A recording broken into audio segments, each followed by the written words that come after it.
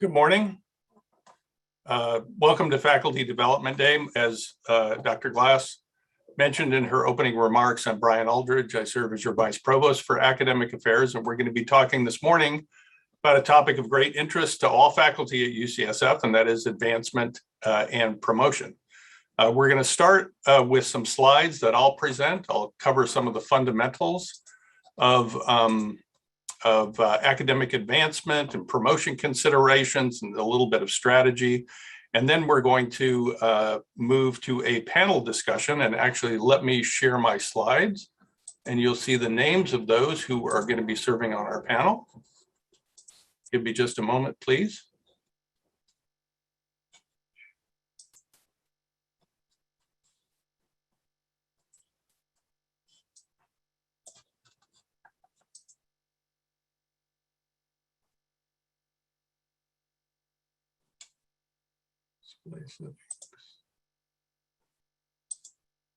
So hopefully this is visible to you.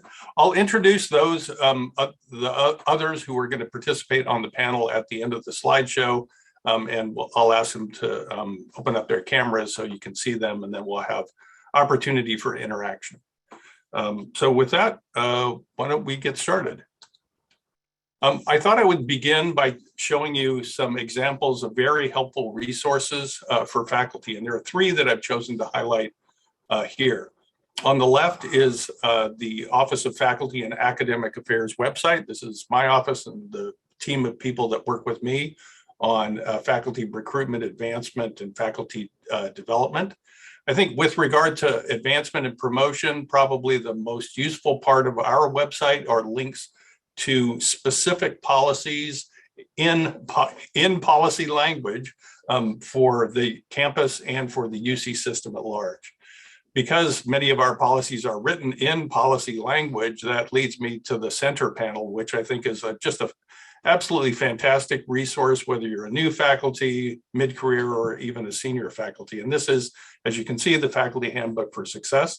This is created by the UCSF Academic Senate. It's updated annually. You can see it was last updated in November of last year.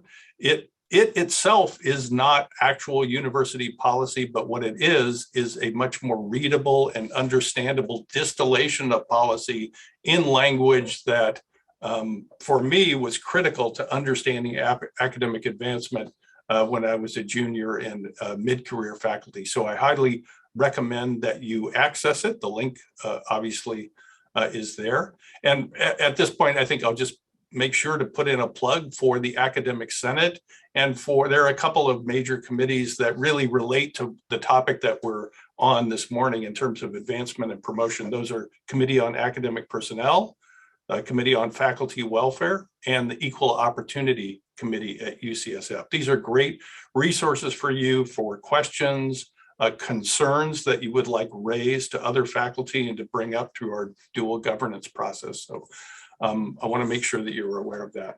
And then on the right-hand panel of this slide is something called the PMAP, or Personalized Mentoring Advancement Module. This is created by CAP past members and CAP past chairs. You access it through the single sign-on mechanism, and when you do it, when you access it that way, the system knows your faculty series, your rank and step, and it gives you customized information for your specific academic advancement by drawing on some actual university policy and the Faculty Handbook for Success.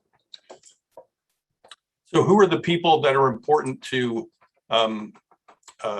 your academic advancement? Well, it starts with the HR Shared Services Analyst. This is a person that will work with you and with your department to put together your packet, what we call a packet for academic advancement and for promotion. You can find the name of that person when you first log into the advanced system. I have a screenshot of this later and I'll point it out to you. And their name is and their phone number and contact information is at the bottom of your landing page in advance. Next, I've chosen to highlight those folks who you probably interact at the department level. They're also really key in terms of being kind of more boots on the ground and a clearer and more specific expectation for what your peers in your specialty and in your department might expect for advancement. And these are your mentor. You should have a mentor. If you don't, you do have a mentoring facilitator for your department. So contact that person, and you can contact me if you're not sure who that is. Of course, your department chair or your division chief, and many departments have a vice chair for appointments and promotions who's expert on policy and also on strategy for academic advancement. Then there are folks who are critical at the school level, and many of these folks will be on the panel near the end of this, at the end of this presentation. These are the vice and associate deans of academic affairs for the health profession schools. They're reviewers for your packet, and I'll show you a slide that shows where they are in that chain of review. But they're also a fantastic resource because of their really broad, both broad and very granular experience with a lot of nuanced and complicated academic affairs and academic advancement issues. So they're just a fantastic resource. And then at the campus level, there's myself, of course, and then also Assistant Vice Provost Emerald Light, who you'll hear right after me, and there's a short break, and then Emerald will be talking about salary and compensation. So details all faculty should know. You should know, and Hannah alluded to this at the beginning. I can't tell you right now what your series rank and step are, but if you're not sure, you could feel free to contact me and I could show you how to find that out. But you should know that, and I'll define those terms on the next slide. You probably do know what your salary is, but you may not know what your covered compensation is. That's the amount of your total compensation that counts towards retirement benefits. And Emerald will probably mention something about this. You should be aware of your health sciences compensation plan as well. This could be at a department or at a school level, depending on where you are in our university. But what this is a document that outlines how compensation is determined for you and your peers in the comp plan. It gives you information on outside professional activities, what things are allowable, what things are not allowable, what kind of things might require advance approval before you engage in them. And then, of course, you should also have a sense, and I'm sure you do have a pretty good sense, hopefully, of your various responsibilities in terms of creative activity, teaching, clinical practice, if you're a clinician, and any service requirements, and then what type of support your department will provide to you. And a lot of those things for those last two bullet points for responsibilities and support were probably discussed, hopefully discussed with you at the time of your initial appointment, and you would have actually signed something called an important points for discussion checklist that prompted you and your chair, hopefully, to have some exchange about those aspects of your working here at UCSF. Okay, I said I would define series, rank, and step. So series, there are 5 different faculty series at UCSF and the University of California, at the University of California. And in that regard, UC is different from many other universities that might have only tenure and non-tenure track, or at academic health centers might have only a clinician or a research track, for example. So the 5 different series I'll name, I think on the next slide. But it makes our system of course, a little more complex because of that. But I think it's actually one of the great strengths of our system, because you can find a series that really matches what your responsibilities are, and hopefully that aligns very closely with your career goals. The UC system is very traditional in terms of what we call rank. That's assistant professor, associate professor, and full professor, as at other universities. But we are different in that we have what's called a step system. So at the assistant professor rank, it's common to use steps 1, 2, 3, and 4. And there's 2 years between each step. And going from one step to the next is called a merit advancement. At the associate professor rank, steps 1, 2, and 3 are commonly used, and that's also 2 years per step, typically. And then at the full professor rank, there are steps 1 through 9, and you can even go above 9 to something called, quote unquote, above scale. And at the professor rank, the typical progression is 3 years for each step. So moving from one step to the next is referred to as a merit advancement. Moving from one rank to the other, like assistant to associate, is referred to as a promotion. Okay, these are the 5 faculty series in the UC system that I mentioned. There's the ladder rank series, or sometimes called the tenure track or professor series, professor in residence. You can see the names here. You can see this slide, the blue text divides them up according to academic senate and non-senate. And this is a feature of UC system-wide, that is all 10 campuses in the UC system, and the policies that govern the university.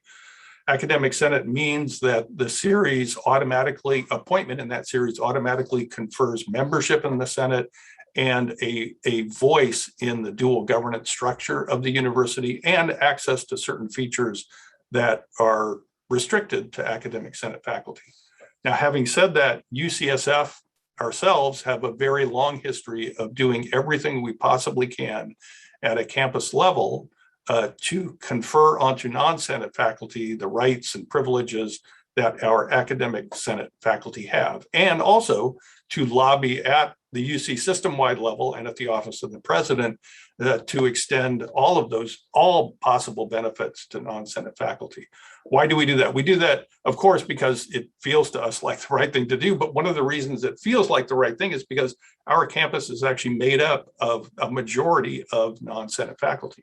55% of our faculty are in either the Health Sciences Clinical Professor Series or in the Adjunct Series. So this slide shows various rights and privileges that are available to Senate and non-Senate faculty here at UCSF. So non-Senate faculty at UCSF participate in shared governance. They can vote on campus-wide actions anytime those are put forth. Non-Senate faculty can serve on what are referred to as Academic Senate committees. The only exception is called the Privilege and Tenure Committee. Senate and non-Senate faculty vote on each other's academic actions, such as promotions, for example. One place where we're not able to extend the benefit to non-Senate faculty is in the UC system-wide mortgage origination home loan program. That currently is restricted to Academic Senate faculty. And also the filing of a grievance with the Privilege and Tenure Committee is very firmly codified in system-wide policy that we can't change. So there are separate grievance processes for Academic Senate faculty and for Senate faculty. They're similar, but they're also slightly different. And both our Senate and non-Senate faculty are eligible for professional development leave. You might think of the word sabbatical comes to mind, as I'll mention, I think, in the slide after next. That term sabbatical really refers only to the ladder rank series, but we'll cover that in a moment. But that concept of professional development leave is, and the leave itself is eligible, it is available to faculty in all series. Okay, so what does it take to get promoted in the various series? Well, first of all, on the left-hand side, there's a column that shows the 4 areas of academic review that people at your department, at the dean's office level, at CAP, and in my office will be looking at to decide whether the advancement's looking good or additional work is needed. So those 4 areas are teaching and mentoring, research and creative activity, or sometimes I prefer to call it scholarly and creative work, professional competence and activity, and then service, university and public service.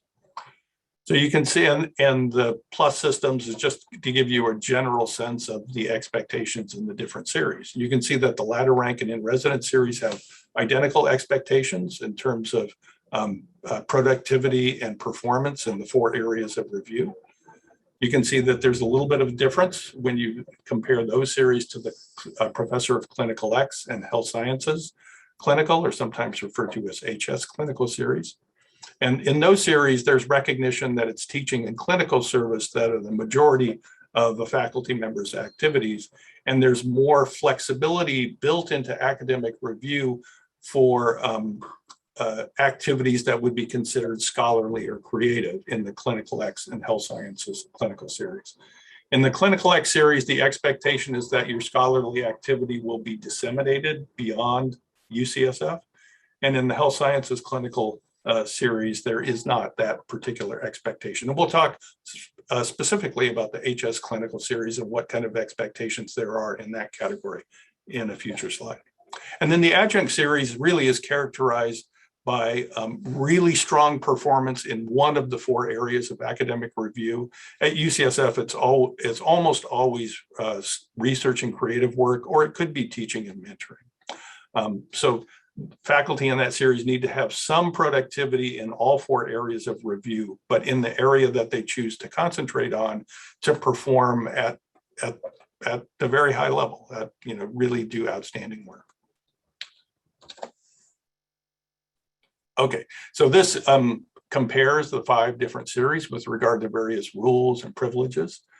I'll start with the one on the top left, or the left-hand column, tenure. Tenure, that term really applies only to the ladder rank series. Tenure is not conferred by promotion in any of the other series.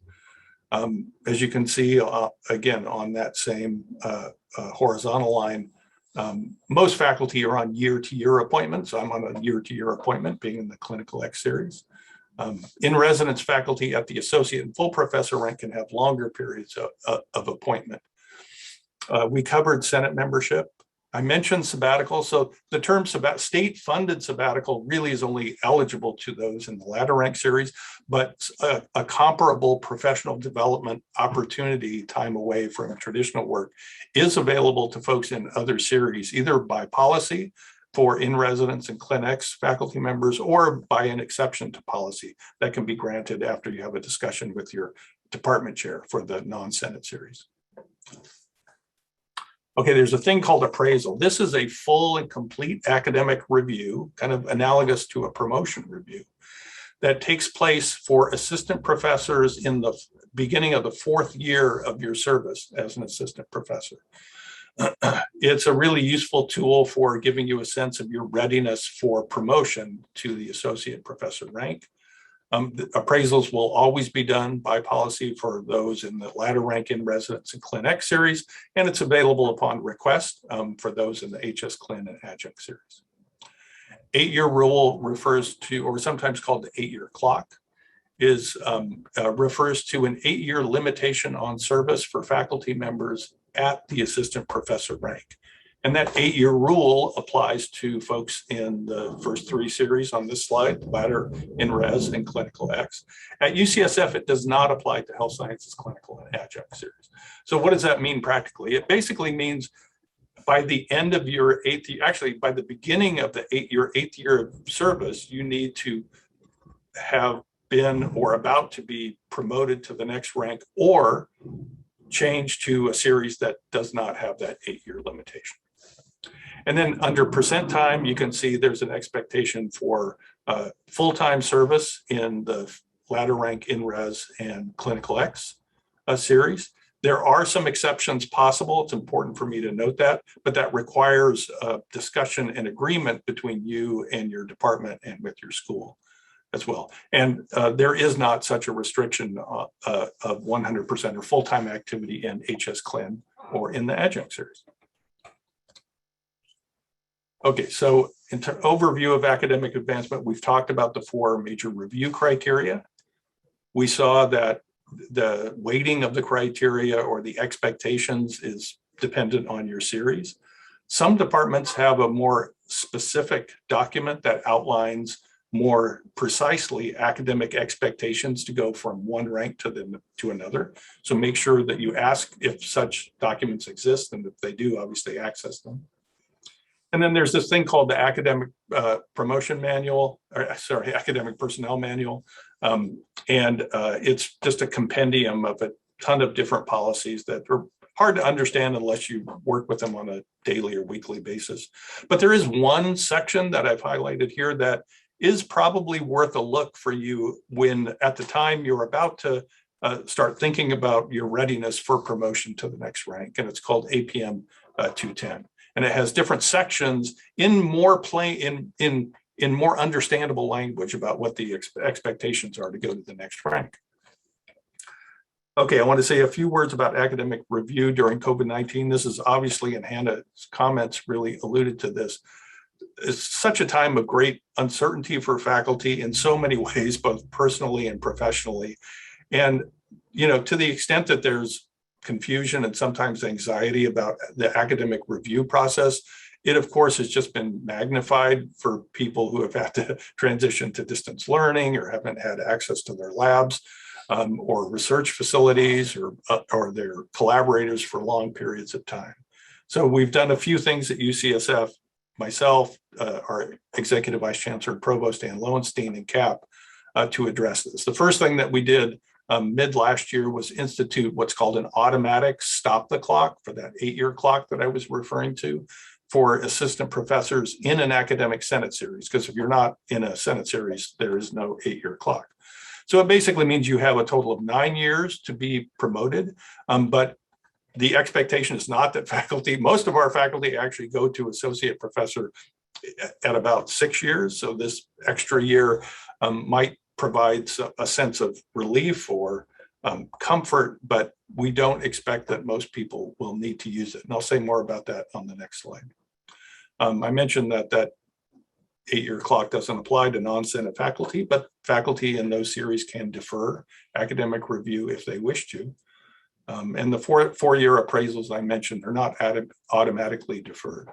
I guess I'll say one thing before I move to the next slide, and that is before deferring any academic review because of concerns about COVID-related decreased productivity for whatever reason, and there's a whole host of different reasons, I really encourage you to talk to your mentor, to your department chair, and even to your dean's office or to me about this, because we're really encouraging folks to go forward with academic review. And the reason we're doing that relates to the very first bullet. Last month, Dan Lowenstein, myself, and the two chairs of CAP, the incoming and the outgoing chair, sent a letter out to all faculty via email that says that we're revising our criteria for academic review to do a more holistic look at achievement and include pre-pandemic periods of productivity to put a person's achievements in a broader context than we had historically, where we only look, for example, at the last 2 years or the last 3 years of productivity. So we are fully expecting that newly appointed faculty and those who've had satisfactory academic productivity before the pandemic will continue on a similar trajectory of academic advancement during the pandemic and for 2 to 3 years afterwards. This is a really important point, and we can talk more about this in the Q&A if you wish. We encourage you to use your CV to document positive contributions to the COVID pandemic that might have arisen over the last year and a half. And there's something called a candidate personal statement functionality in the advanced system that allows you to address either personal or professional challenges that may have arisen that you think should be considered when someone is looking at your academic packet for advancement. And I have some examples here. Also, those examples are linked to, I don't know if you can see my pointer, but I'm pointing at the red banner. So when you log into Advance Now, it will show you this message and direct you to guidance that has been created by our office in the Academic Senate to help faculty think about what kind of things might go in a candidate personal statement. So if you click on this My Packet tab, and hopefully you can see my pointer, you'll actually come to, I think the next slide shows.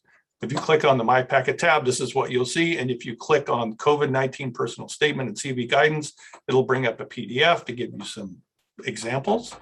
And then if you click on attachments here, and then browse so that you can upload a PDF document that you might have created, like a single page document to outline what kind of issues have arisen that you'd like considered, you can attach it to the packet in that way. And again, there may be a lot of questions, and I'm happy to address those later. Okay, so for those people in the Health Sciences Clinical Series, over 40% of our faculty at UCSF are in the HS Clinical Series. You may have heard that a couple of years ago, there was a change in policy to require some creative or scholarly activity. That is true, but the language of the policies says that these activities derive from and support the primary responsibilities that these faculty have in teaching and professional or clinical service.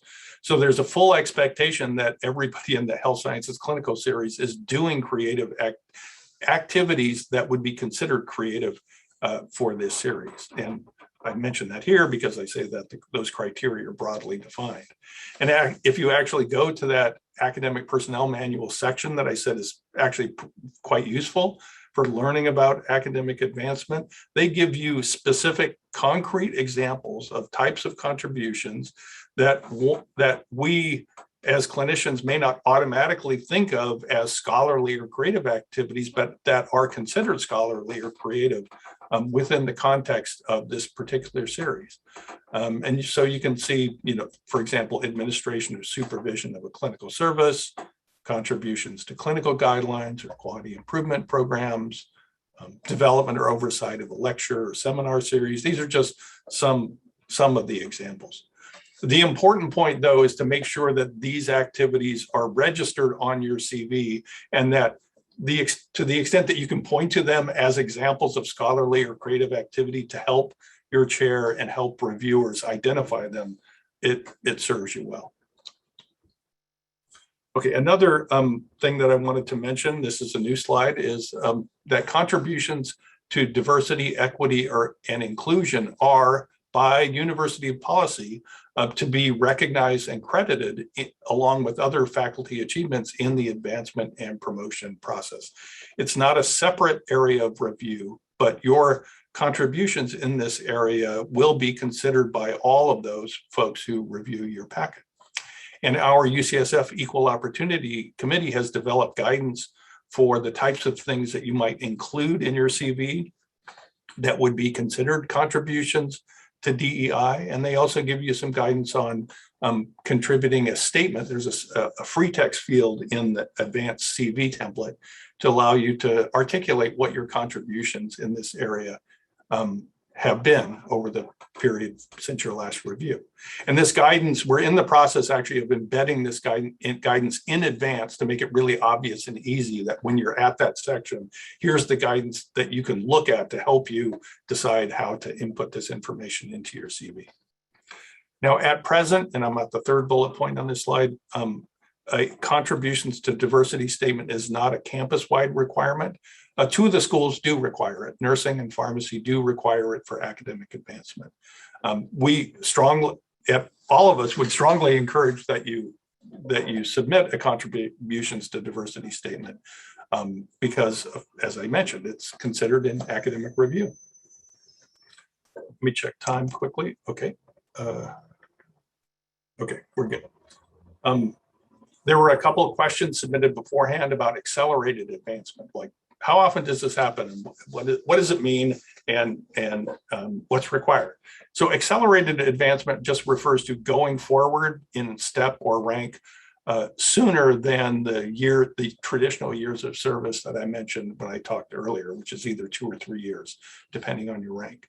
It requires exceptional performance in one area of academic review, for example, a prestigious competitive grant that's beyond the expectations of your particular series. It could be a professional service award for international or national service. It could be extraordinary service to the university. These are examples that are in our campus guidelines for accelerated advancement. The link is below. This doesn't mean that this is the entire universe of things that could warrant an accelerated advancement. These are some of the more common things that we see that we wanted to make sure people were aware of. And actually, I'll put in a plug for the I think it's the 5th sub-bullet where it says extraordinary service. If you've served on the Institutional Animal Control and Use Committee, the Animal Use Committee, or the IRB for 3 years, you are entitled to a 1-year accelerated advancement. So for those of you who have done that service, plan to do that service, or are doing it now, please keep that in mind, because I do hear that people sometimes just don't even know about that. So take a look at the guidelines for accelerated advancement and take advantage of that when you can. A couple of things that I'll mention in this context of thinking about accelerated advancement. One is that you need to meet, as the second blue bullet point mentions, you need to meet all of the expectations in the other areas of review. The other is that the expectation is that the contributions you've made to warrant the accelerated advancement would have occurred since the time of your last review. And then the third thing that I'd mention is that the vast majority of accelerated advancements are 1-year accelerations. Accelerations beyond a single year, like 2-year or 3-year accelerations, are pretty uncommon. So if you're thinking about that, you think you might warrant that, it is possible that you do, but I would encourage you to talk at least to vice chair of promotions if you have one in your department, and or someone in your dean's office, academic affairs unit. Okay, these are the various offices and steps in the academic personnel review process. Of course, it starts with you in the upper left-hand corner, where somebody from shared services says, you know, Brian, you're going to be up for your academic advancement. Please update your CV. Give me your reference names, and I might decide to put in a COVID personal statement. My department works with shared services to add reference letters and teaching evaluations, and then the department will review my packet, our packet, have a faculty vote. This is for promotions. Votes aren't held for all advancement actions. But in this example for promotions, there's a faculty vote. The chair writes a letter conveying the overall tenor of the department-led evaluation. That gets packaged as a packet, and that packet goes to your vice or associate dean's office. They review the packet and give a recommendation. It then goes to CAP, Committee on Academic Personnel, and then to me. A couple of points to mention. One is that at any stage in this review process, your packet can be sent back with a request for additional information.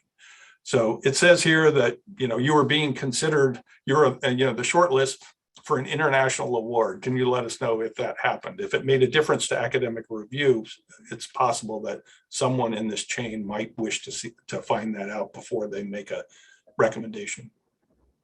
So that's one. The other is that if the review is not favorable, the action is never outright denied at the first review.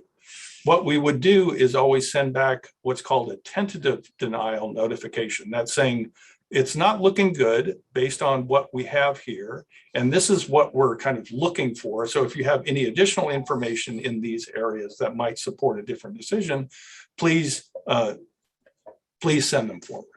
So you would have an opportunity at UCSF, relatively few cases where there is kind of a less favorable review than glowing, an opportunity to address the concerns. Okay, I've mentioned Advance. It's just the online system that we use at UCSF that facilitates the appointment, merit, and promotion process. You can use it, if you don't know, to create custom CVs, not just your UCSF advancement CV, but for other purposes. You can use it to draw information from your CV or from Advance to populate your NIH BioSketch as well. So when you log into Advance, this is what you would see. Again, if you can see my pointer, it'll give you your UCSF ID number. It'll tell you what your appointments and your current step are. You can see what mine were. It will tell you when your next when you will be eligible for your next academic advancement action. When I took this screenshot, I actually had an academic advancement action kind of going through the pipeline. Oh, and here's my HR shared services representative down here at the bottom. I mentioned that. So I think the next slide is if I click on packet tracking. So if I'm interested to know where, so I was going from professor step 8 to step 9, and my packet was in process. So if I click there on packet tracking, I can see the various steps that my packet has to go through and where it is and when it hit each one of these steps. So I can track the progress of my merit packet. I think this was taken probably 2 years ago or something. This was a merit, as I mentioned, and so the dean is the final approver. The dean's office is the final approver for that action. So it didn't go to CAP. So to summarize, your promotion packet contains your CV, student peer teaching evaluations or mentee evaluations if you've asked for them, letters of evaluation, a faculty vote. Some of these things, as you can see, aren't required for merit advancements, and the department recommendation letter that I mentioned. So in terms of your CV, I suggest, everybody would suggest develop a system of record keeping, so you keep track of all the great things that you're doing. Many people just log into Advance and just put it in. I just scribble things on a piece of paper and have a file folder and throw it in there, and then once a year or once every other year, go in and enter all that stuff into Advance, but do whatever works for you. Make sure to comply with department deadlines. If they ask for a revised CV, they'll give you 3 warnings or 3 notices in about 6 weeks. And after that, your packet's automatically withdrawn. So don't have that happen to you. The importance of your accomplishments should be clear to people who are outside of your discipline. If you're using a lot of acronyms for types of awards, it's helpful if you can explain that a little bit for somebody who might not be in your field.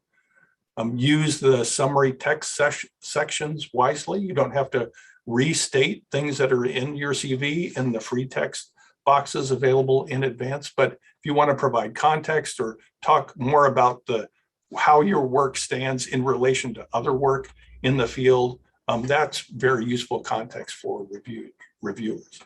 And then for those of you who are involved in collaborative research, team science, use those free text sections and also the significant publication section to outline your independent contributions to collaborative research. That's important. I mentioned letters of reference. I won't go through every bullet point here, but I will, around the center of this slide, I will say that the folks who write letters should be at the academic rank that you're going to or above that. That's really what folks reviewing your packet will be looking for. And it's good to discuss your strategy with mentors or your chair division chief in terms of who would be good letter writers for you. So I mentioned CAP a couple of times. This is an 11-member academic senate committee that includes faculty from all 4 health science schools at UCSF. They get involved in academic review of the major events, so all promotions, appointments above the assistant professor rank, the appraisal at year 4 that I mentioned at the assistant rank, accelerations that are greater than 1 year, or if you if this is a consecutive acceleration, i.e. your last action was an acceleration and this action is an acceleration, also CAP would review that. So in summary, know your series and what is required, seek out effective mentors and use them. They're, of course, a great asset and resource. Seek collaborators and help. Be outstanding in all areas of review, of course. I think it's great to meet annually with your division chief or chair. It's a best practice, so you kind of gauge how you're doing. It shouldn't be a surprise at the end of 4 years how you're doing as an assistant professor. You should have a pretty strong sense of that on an annual basis, I think.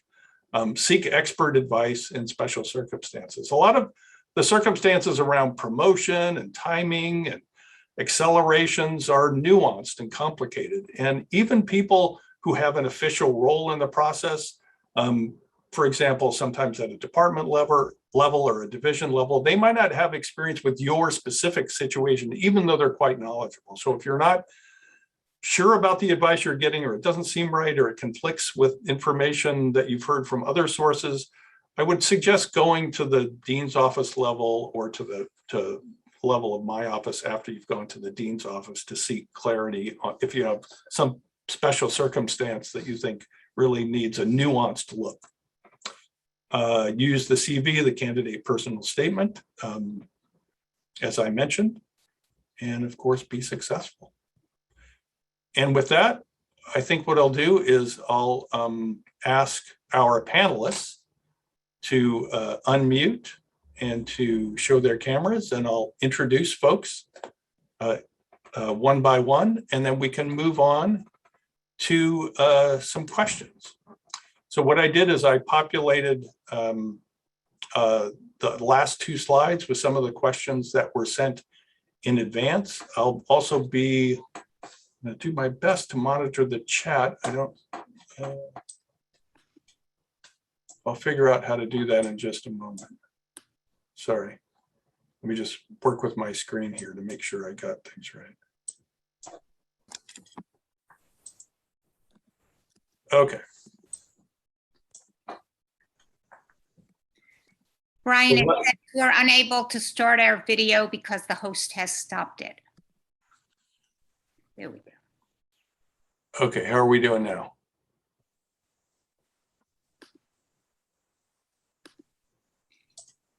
It says we cannot start our video because the host has stopped it. Same thing for me, Brian. Likewise. Okay. So Andy is our technical expert, and hopefully I can see Sandy. Hi, Sandy. Hi. You're the only one that I can see so far.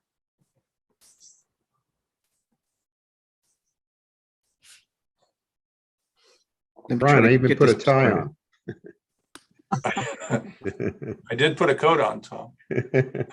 You did you noticed, right? Yeah, oh dear. I'm wearing about 6 layers sitting outside because I'm an inspector at a polling facility. Oh, I'm in presenter view. Excuse me. Hold on just a moment. It's working now, Oh, is obviously. it working now? Yeah. Not yet from me, Brian. Okay, sorry. Oh, here we go. Okay. Sorry, this is something that I cannot control. Sunita. And is there a way to get or maybe I'll do that. Oh, okay, gallery view. Okay, so I think we have everyone. Okay, then so apologies for the technical difficulty. And I think what I'll do is, are you still seeing my slide on your screen? No. Longer? No. Okay, that's okay. That's okay. What I'll do is, you've seen the questions, I'll read them out to you. But before I do that, let me introduce our panelists. And there were wonderful questions in the chat also, or under Q&A. Okay, great. Hannah will be monitoring the Q&A and she'll send them to me, Renee, via the chat. So I'd like to introduce first Catherine Waters, who's Associate Dean for Academic Affairs in the School of Nursing. Dr. Sandy Feng, a professor of surgery and very recent past chair of the Committee on Academic Personnel. Dr. Renee Binder, who is Associate Dean for Academic Affairs in the School of Medicine. Dr. Sunita Mutha, who is Associate Dean for Academic Affairs in the School of Dentistry. And Dr. Tom Kearney, who is Associate Dean, Academic Affairs in the School of Pharmacy. So these are our expert panelists, and I think what I'll do is read the first question. So these are questions that were submitted by the registrants before today's session. So they should be relevant to at least some of the concerns that folks have right away. And the first question that I have and that I sent to you beforehand was this: how should I address gaps in accomplishments, for example, publications or grants due to COVID? I said a few words about this, but it might be good to hear someone. And so if I could ask, if you're interested in, I hate to just call on you, but if you're interested in responding, just raise your hand visually, and then I'll make sure that people aren't talking over one another. So how should I address gaps in accomplishments such as grants, publications due to COVID? Wait, yep. Actually, do I have the right questions? Okay, I'll go with the questions that I have in front of me. Dr. Binder, let's start with you. So the best way of addressing it is through the COVID statement, which Dr. Alldredge described. And you can put anything in it. I can say that in the School of Medicine, there have been relatively few COVID statements, about 5% of all of the packets that we've reviewed since the letter has gone out encouraging people to put in COVID statements. Only 5% of faculty have submitted it. And it's just a wonderful opportunity. We read every COVID statement and we incorporate it into our review. Sandy? Yes, to follow up on what Dr. Binder said, I think the statements that we've reviewed have actually, been people who are already achieving, but they feel like they've lost some opportunities. They've already met the thresholds. So perhaps a first step could be to discuss it with your local division, department guiders and, mentors or guidance, and say, how am I looking? Where might I be weak? And think about that. But that is, we always look for a COVID statement. It is standard in the review process, so it will not be missed. And I think it's a great opportunity. Tom, Yeah, Brian, and the ones I've seen in school pharmacy, and in fact, people have used that their remarkable achievements during COVID were the basis of accelerations. And so there was really sort of a positive twist on it, where we had to convert our curriculum, where there was more online learning, or that they did some extraordinary service, or they pivoted their research directed at COVID-related issues. So there can be sort of a positive or sort of negative bent on that. And I think for the packets that we reviewed thus far, a lot of the achievements were already baked in, right, prior to the pandemic. So I'm thinking that probably it's going to be the ongoing merits and promotions in subsequent years that may be more impacted. okay.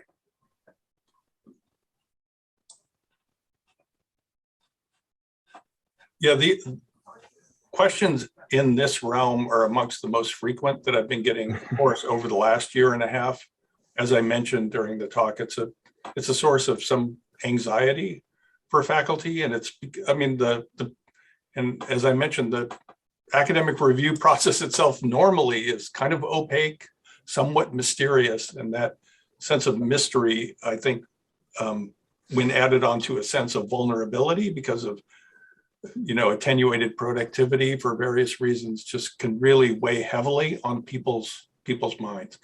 Would anybody else like to say anything about the COVID personal statement or academic review?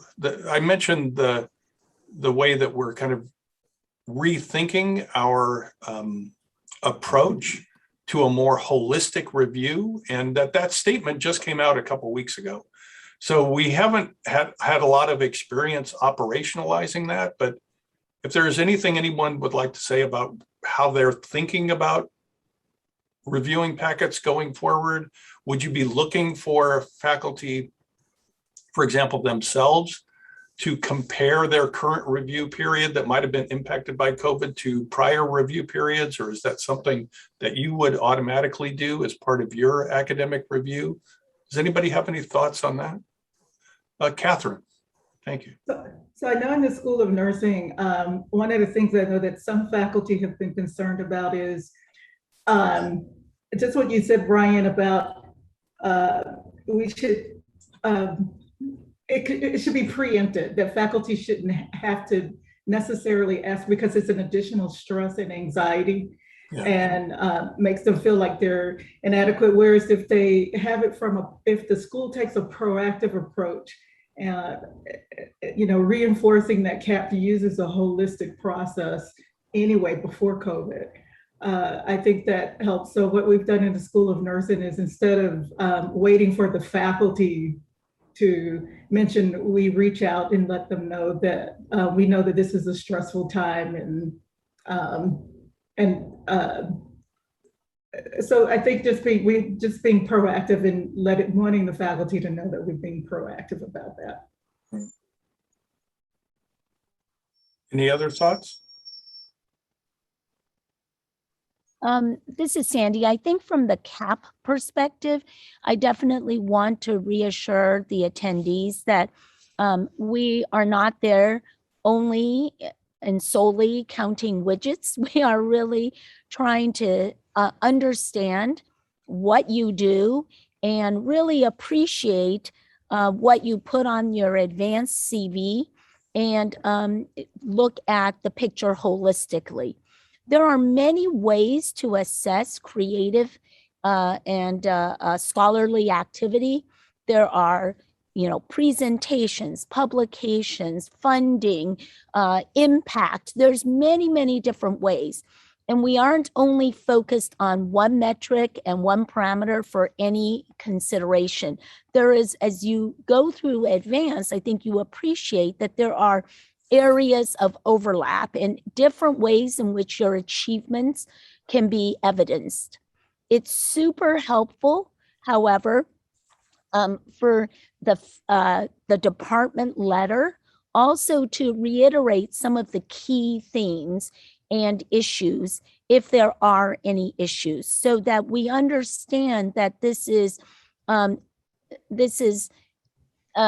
visible to both the candidate and the department. And if the candidate and the department help us understand, then it makes it much easier for CAP to put everything into a holistic perspective and not be focused on, how many of this is and how many of that's, because we do not like to make decisions by counting widgets. Great, thank you. So my apology, I'm now noticing that Hannah has aggregated some questions from the audience. So I'll move to some of those. The first one is it's about the 8-year rule. And the question is, how is parental or medical leave factored into, factored into the 8-year rule? Is there anyone who would like to start with that?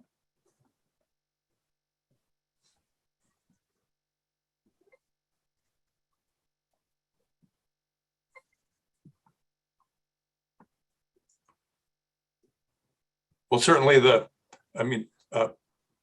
parental leave or medical leave can be a justification for extending the clock. You can have you can request a quote unquote 1-year clock extension. I was really focusing on COVID when I was talking about this, but there are other reasons, such as the ones that the questioner mentioned, to extend the 8-year clock. Just as I was saying, with the COVID clock extension, you're not required to use it. So if you feel that you're ready at year 6, despite having having the buffer of a 9th year, you certainly can go up at year 6 or year 7 or whatever time seems appropriate to you. I think because, and I mentioned this before, so I hope I'm not restating it, but it might be worth it anyway. Because we're really, for those people who are concerned about COVID-related productivity declines, we're really encouraging folks to rely on our holistic review process to really take a broader view of accomplishments and not to defer without consulting with someone who has some expertise on academic review. I mean, your colleague in another department or a peer who might have gone through something similar may have 1 or 2 either personal or connection experiences to this, but folks at the dean's office have dozens and dozens of cases of experience with this and can probably put your particular situation in a broader context in terms of advising you on strategy, i.e., should I go up now? Should I wait another year? Because the consequences of waiting another year, of course, are that your academic progression is, unless you catch up, quote unquote, at some point in the future, always going to be 1 year behind if you hadn't had that clock stoppage. So any other thoughts people would like to add to that? Hey, Brian, I'd just like to say, I think it's a very rare event, right? That people are ousted because they didn't meet the 8-year rule, or they can do a change in series. I got to tell you, in all the years I've been doing this, we haven't had one in the school pharmacy that I can recall that came up against the 8-year clock. So I'm not sure what the experience was in other schools, but I think that's also to keep this in context, right? That it is a very rare thing, and you can also change series, right? If in fact you run up against it and you feel like this is not a good fit for you. Right. The second question, advancement. What are the common reasons for denial of advancement? Renee, yeah, please. Most people get advanced. I think it's extremely unusual for someone not to get advanced. The reasons when it does happen is because someone is doing absolutely nothing. So you look through the CV, they're not teaching, they're not writing, they're not serving on any committees, and they're just not going to get advanced. The other reason is if they have bad teaching evaluation. So all faculty, no matter what series, are supposed to be providing teaching and doing a good job of teaching. And if people, everyone can occasionally get a bad evaluation. But if it's consistent, the person will not get advanced. And then the third big reason are professionalism concerns. And that's a reason. It's rare. But if there have been issues, and these are usually really, really big issues of inappropriate behavior, yelling at people, calling people names, not responding to calls, refusing to do whatever the responsibility is that people are assigned. People don't get promoted for those kinds of issues or don't get advanced. But again, though, that is fortunately very unusual. Most people are excellent teachers. Most people have no professionalism concerns. So most people do get their merits and do get their promotions. Oh, go ahead, Sunita. Yeah, I was going to add to Renee's comments. I think that this is the advantage also of the reinforcing the value of an annual discussion, because these are usually not surprises. There's often, a time frame of which you can see kind of a repetitive pattern of the issues that Dr. Bender just outlined. So I think it reinforces that doing the annual review to catch these flags early, have these conversations early, because they are rare. And they can be avoided. I fully agree with what Sunita just said and what Renee said. I just say the couple of cases I've had recently, one was that the person became imbalanced, where they were in a ladder rank series. As you know, you've got to perform in all the 4 areas. And what they did is they devoted a lot of their time to teaching, which was great. However, at the expense of not doing any publications or dissemination. So those are kinds of things. Or researchers who, for whatever reason, have to pivot from one specialty or focus to another. So it takes time to get the recognition, to get the grants, and then the subsequent publications that would follow. And Tom, in the first case, you would probably recommend a change in series if the person is doing something different, then they're not doing the work that is required in their series. Right, and that would be certainly a potential possibility, although if they're already tenured, sometimes that's a difficult conversation. So this leads to very directly to the next question. And this was several questions like this were submitted beforehand too. And it's about changes in series. Is it possible to move from a non-Senate to a Senate faculty series? And if so, how does that work? What do I have to do something? Is it how does that operationally work? Brian, we have very few minutes left. I don't know if you saw that. I do. Yeah. Okay. Do you want me to address that? That's fine. Sure. Yeah. People are changing series all the time. And it comes in a variety of ways. The individual requests a change in series. And the mentor or the department chair or division chief can say, maybe you should change series. It sometimes comes as a recommendation from the dean's office or from CAP. They'll look at the CV. They'll say, this is an HS clinical professor, but they're doing a lot of dissemination. They should consider a change in series to professor of clinical X. So it can come at all different levels. As Brian mentioned earlier, your series should be appropriate for the work that you're doing on a day-to-day basis. Great. And if I can pre-solicit about a 30-second response, the next question is service. What counts in terms of, it's my timer that it's 10:15. What counts in terms of national service for organizations? For example, does serving as a president of a society count? Anyone? Absolutely. There's a section in advance that says service to professional organizations. And of course, leadership roles are super important in showing who you are and what you're known for.